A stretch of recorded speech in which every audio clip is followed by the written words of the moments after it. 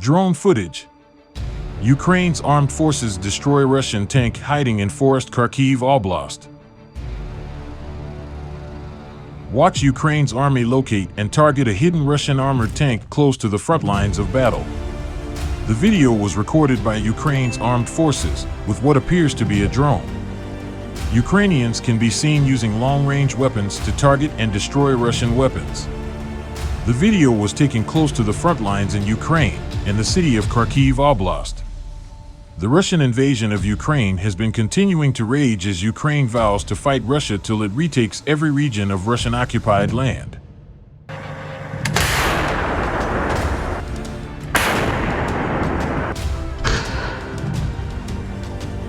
Ukraine's armed forces can be seen firing from a hidden location in Kharkiv Oblast. The Ukrainian military managed to successfully locate and target a hidden Russian MTLB. The Russian armored vehicle blew up in a ball of flames and thick black smoke after being pummeled into the ground by Ukrainian forces.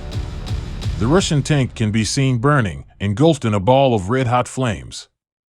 In his latest visit to meet in Ukraine with President Zelensky, ongoing Prime Minister Boris Johnson said, "And I'm proud that we have already supplied more arms than any other European country, including 6,900 anti-tank missiles, 5,000 of them alls, 120 armored vehicles, Starstreak anti-aircraft missiles, anti-ship missiles, and now the MLRS."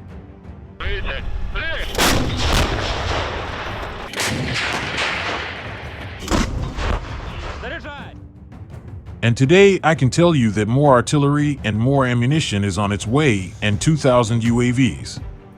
And we are training 10,000 Ukrainian soldiers alongside our allies, and only the other day I was at Catterick in Yorkshire and I met 400 of your recruits that we are helping to train, and these were people from all walks of life, people who weren't soldiers, who had never been to battle before.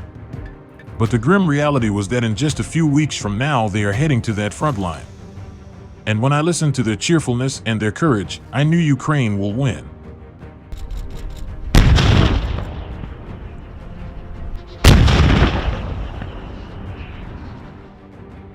Meanwhile, Ukraine's assault on Kherson is a big moment in the war with Russia, which could leave 20,000 of Vladimir Putin's soldiers surrounded, a military analyst has said. Professor Michael Clark was speaking after the launch of a southern counteroffensive aimed at retaking territory currently occupied by Russian forces. The associate director of the University of Exeter's Strategy and Security Institute said, "The long-awaited Ukrainian offensive is a big moment in this war."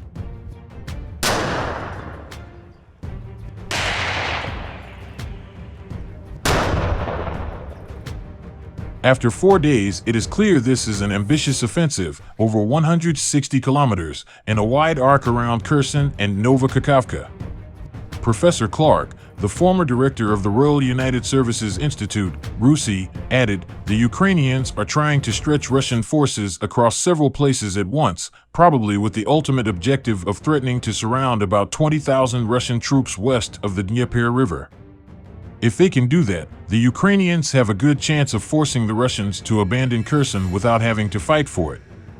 Ukrainian forces have had successes in 3 areas of the Russian-occupied southern region of Kherson, a Ukrainian regional official said yesterday.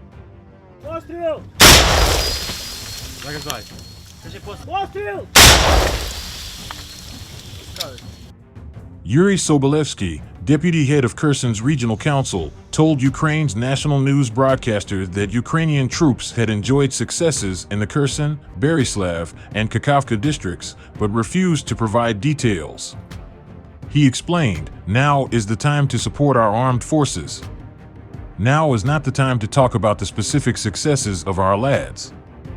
Mr. Sobolevsky urged Ukrainians to support their armed forces with everything they could as the offensive was using up a vast quantity of resources. He said, "Right now, drones and ammunition are being used there like expendable material."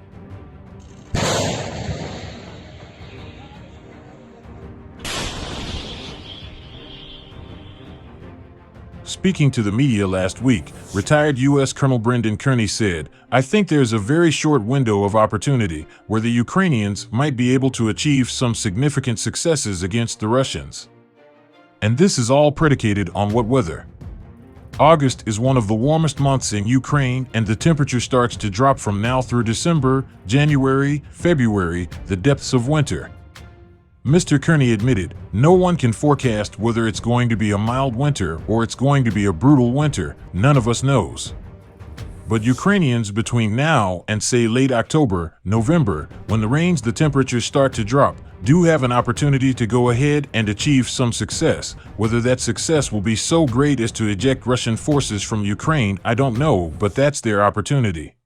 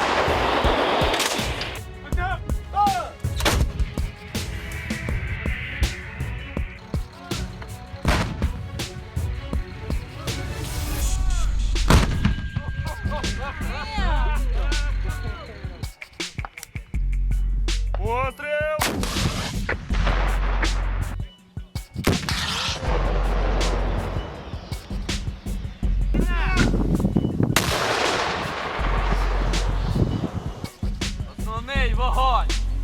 Війна!